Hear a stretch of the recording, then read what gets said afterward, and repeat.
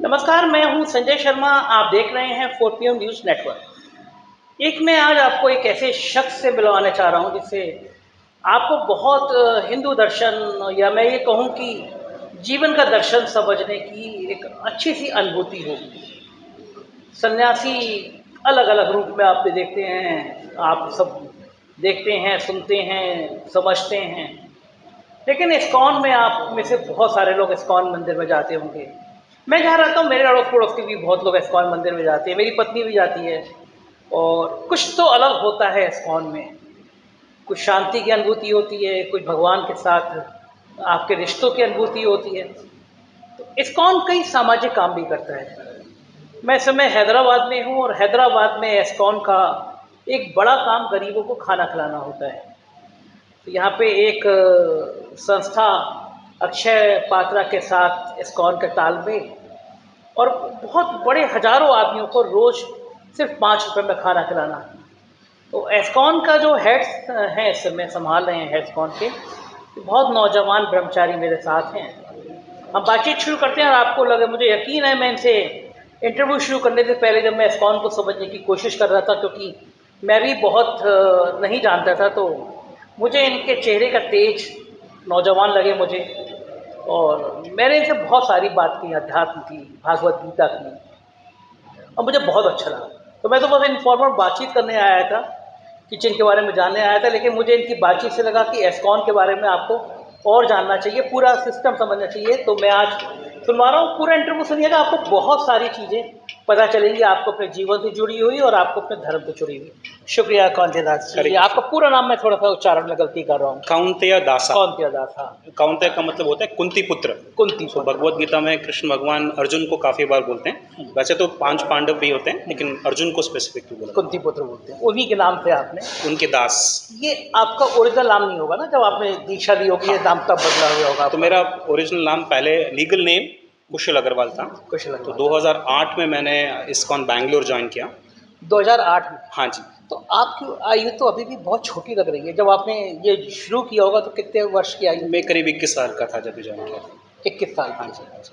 अचानक जीवन में 21 साल के नौजवान के बहुत सपने होते हैं, वो दुनिया देख रहा है, आप इधर अध्यात्म की तरफ कैसे आ गए? तो जब मैं पढ़ाई कर रहा था तभी मैं श्रीला प्रभुपाद के जो किताबें हैं, भगवत गीता और भागवतम, उसी समय मैंने पढ़ना शुरू कर दिया था। स्टडीज़ के टाइम पे पढ़ना शुरू कर दिया था और मुझे बहुत जिज्ञासा थी, पहले से ही बहुत जिज्ञासा थी। लेकिन थोड़ा सा मैं ऑलरेडी डिसअपॉइंट था कुछ बाकी संस्थाओं से, जो ढंग से मेरे क्वेरीज़ को एड्रेस नहीं कर पा रहे थे। तो जब मैंने प्रभुपाद जी की किताबें पढ़ना शुरू की और इस्कॉन बैंगलोर जाना शुरू किया, तब मेरे को जितने भी मेरे क्वेश्चंस थे, मेरे सबको आंसर्स मिला मेरे को, और तब मेरा काफ़ी इंटरेस्ट बढ़ा इस आध्यात्मिक जीवन को। इसी वजह से दर्शकों को थोड़ा प्रभुपाद जी के बारे में बता दीजिए, कई सारे दर्शक ऐसे होंगे जो तो श्रीला प्रभुपाद जी एक्चुअली 1965 में 40 रुपये लेके उनके गुरु का इंस्ट्रक्शंस था, श्रीला भक्ति सिद्धांत सरस्वती ठाकुर, उनका इंस्ट्रक्शंस था कि आप जाके वेस्टर्न कंट्रीज़ में इस भगवत गीता का प्रचार कीजिए। तो वो 40 रुपये लेके यूएस गए थे और इस्कॉन की स्थापना की और 12 साल के अंदर, 11-12 साल के अंदर 108 इस्कॉन मंदिर पूरी दुनिया में इस्टेब्लिश किया। और ये जो अक्षय पात्र का प्रोग्राम है, वो भी एक्चुअली श्रीला प्रभुपाद जी की ही इंस्पिरेशन है।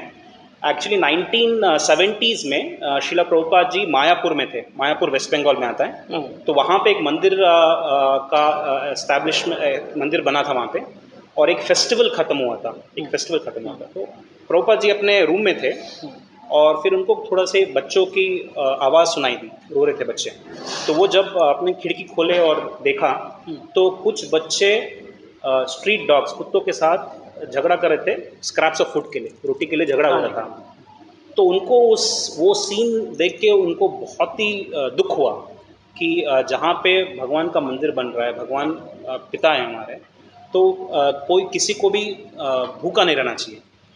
तो उससे बहुत दुखी हुए और फिर अपने जितने भी डिसाइपल्स थे, अपने शिष्य थे, उनको सबको बुलाया, सब सीनियर शिष्य को बुलाया और बोला कि जहाँ पे भी हमारा मंदिर है, जहाँ पे भी हमारा सेंटर है, 10 किलोमीटर के रेडियस में कोई भी भूखा नहीं जाएगा। बहुत अच्छा। तो इस तरह से प्रभुपाद जी ने, और उसी इंस्पिरेशन लेके हम लोग ने अक्षय पात्रा भी। अच्छा, शुरुआत जो अक्षय पात्रा की शुरुआत हुई देश भर में, उसका उसका मूल मकसद यही थे, प्रभुपाद जी के हाँ इसी जी, ख्याल से था। हाँ जी, हाँ जी। तो अच्छा। उनका मूल मकसद ये था। तो हम लोग ने 2000 में शुरू किया था अक्षय पात्रा। हम लोग सिर्फ 5 स्कूल में स्टार्ट किया था। 1500 बच्चों को खाना खिला रहे थे। आज 20 लाख बच्चों को एवरी डे खाना मिलता है। 20 लाख बच्चों को रोज खाना हर खिलाते रोज़ खाना मिलता है। हैं। वाह। और 65 किचन्स हैं, 65 किचन्स हैं हमारे पूरे इंडिया में। ये 33rd किचन है, 35वां किचन है ये। हैदराबाद में 33वां हाँ, किचन है और और पूरे वैसे देश में 65 65 है। हाँ जी। 20 लाख बच्चे रोज खाना खाते हाँ हैं। जी, हाँ जी। ये पैसा कहाँ से आता है? सो हर एक प्रोग्राम का अलग अलग मॉडल रहता है। तो मिड डे मील का जो हमारा मेन प्रोग्राम है अक्षय पात्रा में, मिड डे मील का प्रोग्राम है, उसमें से करीब करीब 50% गवर्नमेंट की सब्सिडी रहती है, 50% हम लोग डोनेशन से रेज करते हैं। जैसे हमारा खर्चा करीब करीब 14 साढ़े 14 रुपये आता है, 50% गवर्नमेंट से आता है, 50% हम लोग बाकी रेज करते हैं। जो आंगनवाड़ी प्रोग्राम है उसमें करीब 60-40 का रेशियो रहता है। और ये होगा अक्षय पात्रा के बाद। अक्षय पात्रा की सिस्टर कंसर्न ट्रस्ट है HKM चैरिटेबल फाउंडेशन, हरे कृष्णा मूवमेंट चैरिटेबल फाउंडेशन। वो फाउंडेशन जो अपना अन्नपूर्णा प्रोग्राम हुआ, 5 रुपी मील प्रोग्राम, जो गवर्नमेंट का फ्लैगशिप जो यहाँ पे हैदराबाद में चल रहा है सर। हैदराबाद में चल रहा है। हम लोग 190 सेंटर्स में हर रोज़ खाना खिलाते हैं 40,000 लोगों को रोज यहाँ हैदराबाद में। हर हैदराबाद। अच्छा, एवरी डे very good। 40,000 लोग, कोई भी आ सकता है, सिर्फ 5 रुपये देना है and he can take a wholesome meal. तो ये जो खाना आप खिला रहे हैं उसमें मैंने देखा चावल भी है, सावर भी है, तो ये 5 रुपए में इसकी पूर्ति कैसे हो पाती होगी? ये खाना तो काफ़ी महंगा दिखता होगा ना? करीब ये खाना करीब करीब 25 रुपये हम लोगों का, 25 रुपये के करीब करीब कॉस्टिंग आता है इसका। तो गवर्नमेंट से हम लोगों को सब्सिडी मिलती है। ये 5 रुपये के अलावा हम लोग गवर्नमेंट से सब्सिडी मिलती है। उस सब्सिडी के अलावा भी हमारा कुछ कॉस्ट रहता है, जैसे कैपिटल एक्सपेंडिचर है, जो किचन बनाने का खर्चा है, व्हीकल्स का खर्चा है, ये हम लोग डोनेशन से रेज करते हैं। अच्छा, यानी अगर 24 रुपये का खाना है तो 19 रुपये के आसपास सरकार देती है, 5 रुपये आप लोग लगाते हैं। 24 रुपये का जो कीमत है 5 रुपये में वो आदमी को खाना मिल जाता है। हाँ जी, हाँ जी। और जो इसके अलावा जो आपका इंफ्रास्ट्रक्चर का खर्चा है वो आप लोग डोनेशन से देते हाँ हैं। जी, हाँ जी। ये हैदराबाद के अलावा कितने राज्यों में इस समय चल रही है आपकी योजना देश में? तो अक्षय पात्रा तो जैसे मैंने बोला कि 14 स्टेट्स में हमारा चल रहा है अक्षय पात्रा 65 किचन से। जो ये अन्नपूर्णा प्रोग्राम है, ये काफ़ी एक यूनिक स्कीम है।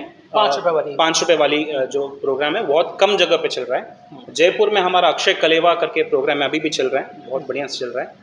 वहाँ यहाँ भी पे ये स्कीम है, जयपुर में जो चल रहा है जयपुर वो में भी 5 अक्षय कलेवा की प्रोग्राम है। इतना बड़ा नहीं है, हाँ। छोटे वे में है, बट वहाँ पे और भी बहुत। जो तरीका है वही है, ये 5 रुपये का खाना वहाँ पे भी। हाँ, 5 रुपये का खाना, और मतलब वहाँ बाकी- पे रोटी ज़्यादा रहती है, नॉर्थ इंडिया है तो हाँ। रोटी ज़्यादा रहती है। हमारा आहार करके प्रोग्राम है उड़ीसा में, वो भी सेम ही है 5 रुपये में। वहाँ पे भी हम लोग उड़ीसा में बहुत बढ़िया प्रोग्राम, वहाँ पे 35,000 लोगों को रोज़ खाना मिलता है उड़ीसा में। बड़ा देखिए, मैं कह भी रहा था कि भूख इंसान की सबसे पहली ज़रूरत है, और कम से कम एक धार्मिक संस्था इस्कॉन मंदिर सिर्फ मंदिर नहीं है कि आप वहाँ जाके भगवान कृष्ण की आराधना में लग जाएं। एक ब्रह्मचारी भगवान की कृष्ण की उपासना करते हैं, पूजा करते हैं, साथ साथ समाज में जो ज़रूरतमंद है उनको खाना भी खिलाते हैं। एस्कॉन पे हम लोग आते हैं, एस्कॉन को लेके बड़े भ्रम हैं समाज में। एक बड़ी भ्रांति है कि एस्कॉन विदेशी है, सारा पैसा आप जो इस्कॉन को देते हैं वो विदेश चला जाता है। ये बातें भी बड़ी प्रचारित की जाती है, तो इस्कॉन से डर किसको है?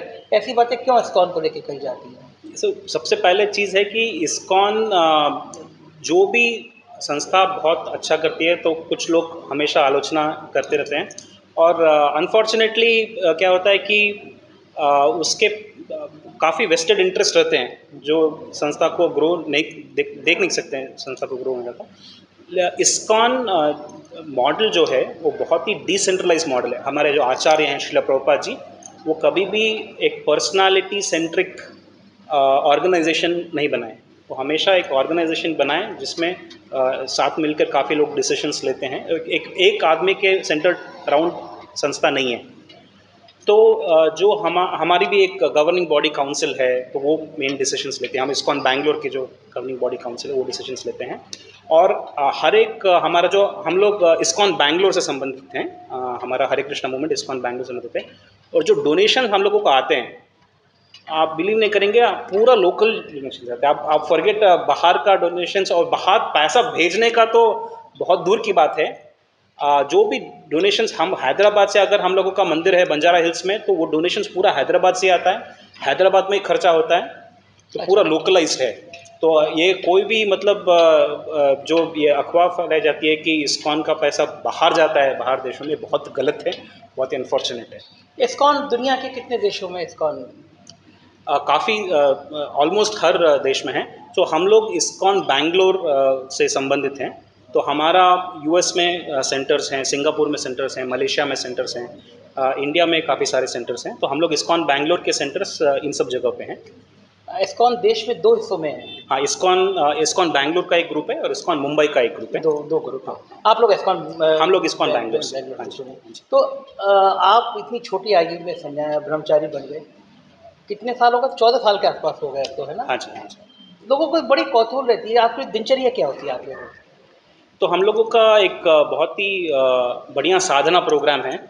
तो हम लोग करीब 4 बजे उठते हैं सुबह, 4:30 बजे हमारी मंगला आरती होती है, जो 5:10 तक चलती है, 5:10 तक। और 5:10 से 7:10 7:15 तक हमारा मंत्र मेडिटेशन रहता है, जो आप हरे कृष्ण मंत्र का चैंटिंग है, हरे कृष्ण कृष्ण कृष्ण हरे हरे, हरे राम राम राम हरे हरे। तो ये एक मंत्र हुआ। ऐसा 108 बार हम लोग करेंगे तो एक माला होती है, उससे 16 माला हम लोग रोज़ करते हैं, जो 2 घंटा करीब करीब हम लोग को लगता है। तो 7:15 तक हमारी मंत्र मेडिटेशन होता है। 7:15 को हमारे दर्शनार्थी शुरू हो जाता है। जिस टाइम पे हम लोग मंत्रा मेडिटेशन करते हैं तो हमारे भगवान का श्रृंगार अंदर चलता रहता है, तो श्रृंगार भी 7:15 तक हो जाता है। फिर हम लोगों का दर्शनार्थी रहती है, दर्शनार्थी के बाद गुरु पूजा रहती है, गुरु पूजा के बाद हम लोग रोज़ एक भागवतम या भगवत गीता की क्लास सुनते हैं, 40 मिनट से 1 घंटे के करीब करीब रहती है। और ये भगवत गीता या भागवतम की क्लास होने के बाद हम लोग प्रसादम लेते हैं मंदिर में, ब्रह्मचारी आश्रम में। और फिर अलग अलग ब्रह्मचारीज़ को, अलग अलग डिवोटीज़ को अलग अलग सेवा रहती है। जैसे मेरी सेवा है, अक्षय पात्रा और HKM चैरिटेबल फाउंडेशन इनका चलाना, किसी और डिवोटी की सेवा कुछ और रहेगी, पुजारी सेवा रहेगी। तो अलग अलग सेवा में हम लोग व्यस्त हो जाते हैं। और फिर शाम को हम लोग आते हैं करीब 7:30 8 बजे। फिर शाम को भी हमारी 8 बजे एक शयन आरती होती है। भगवान को जब हम लोग सुलाते हैं, सुलाने से पहले एक शयन आरती होती है, तो हम लोग शयन आरती अटेंड कर लेते हैं। थोड़ा सा हम लोगों को भगवत गीता का रीडिंग हो जाता है, बुक का रीडिंग, और फिर हम लोग 9:30 बजे तक हम लोग सो जाते हैं। कहा जाता है कि जीवन का हर सार, हर दुख, हर सुख गीता में है। हम लोग गीता पढ़ते होते समझ में नहीं आती, क्या करना चाहिए? इस्कॉन मंदिर में जाके गीता समझनी चाहिए? हाँ, इस्कॉन मंदिर। सो एक्चुअली भगवत गीता भी, अगर आप प्रभुपाद जी की भगवत गीता पढ़ें तो इन प्रीफेस में ही प्रभुपाद जी बोलते हैं कि भगवत गीता एसोसिएशन में पढ़ी जानी चाहिए, साधु संग रहना चाहिए, तो और ज़्यादा अच्छे से हम लोग समझ सकते हैं। लेकिन प्रभुपाद जी की जो भगवत गीता है वो भी बहुत ही सिंप्लीफाइड वर्जन है। जैसे आप श्लोक पढ़ेंगे, श्लोक का एक्चुअली अर्थ क्या है, वर्ड टू वर्ड मीनिंग भी रहता है। संस्कृत के जो वर्सेस हैं, हर एक शब्द का मीनिंग रहता है, फिर उसका फुल ट्रांसलेशन रहता है। ट्रांसलेशन के बाद उसका पर्पट भी रहता है, मतलब उसका डिटेल्स किस व्यू में भगवान बोल रहे हैं, उसका पूरा पर्पट भी रहता है। तो भगवत गीता, जो प्रभुपाद जी की भगवत गीता है यथारूप एज इट इज़, वो बहुत ही आसानी से हम लोग पढ़ सकते हैं। और जैसे आपने बोला, अगर इस्कॉन डिवोटी से आप जुड़ेंगे, हरे कृष्ण मूवमेंट के डिवोटी से जुड़ेंगे, और भी आपको डिफरेंट व्यूज़ मिलेंगे उसके, और अच्छे से आप समझ सकते हैं। शुक्रिया, शुक्रिया। सुनने से आप एक नौजवान ब्रह्मचारी से इस्कॉन से जुड़े हुए, और मुझे लगता है इनकी बातचीत से आपको इस्कॉन को लेकर काफ़ी भ्रम खत्म हुए होंगे। और बहुत बेहतर बात मुझे ये लगती है कि मैं किसी भी धार्मिक संस्था, धार्मिक मठ, पीठ, या मुझे वो संस्थाएं अच्छी लगती हैं जो समाज के काम करें, गरीबों के काम करें। केवल आप दिन भर भगवान की भजन करते रहें और पड़ोस में आपके भूखा व्यक्ति बैठा रहे, तो मैं उसको परंपरा को बहुत अच्छा नहीं मानता। और कहा भी आता, आप भी कहते होंगे कि गरीब में ईश्वर का वास होता है। मुझे बड़ा अच्छा लगा, और मुझे यकीन है कि आपको भी ये इंटरव्यू अच्छा लगा होगा। अपनी राय बताइएगा कमेंट बॉक्स में, हम आपके संदेश पहुंचाएंगे। इस्कॉन में आसपास कहीं इस्कॉन मंदिर हो, घूम के आइए और हमें बताइएगा आपके आसपास कैसा है ये माहौल।